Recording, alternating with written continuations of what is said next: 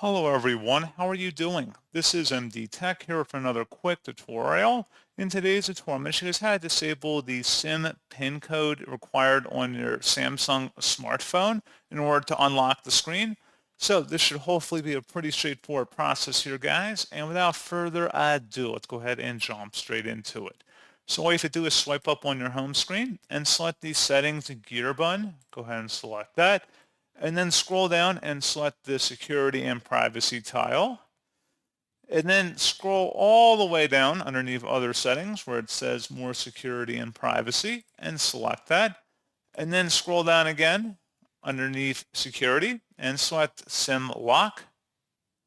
Where it says lock SIM, if you want to go ahead and disable it, you just have to click inside the oval one time and turn it off, and it'd be grayed out like you see on my screen. You may need to enter in your SIM password that's currently on your device in order to save that setting. That's pretty much all you have to do.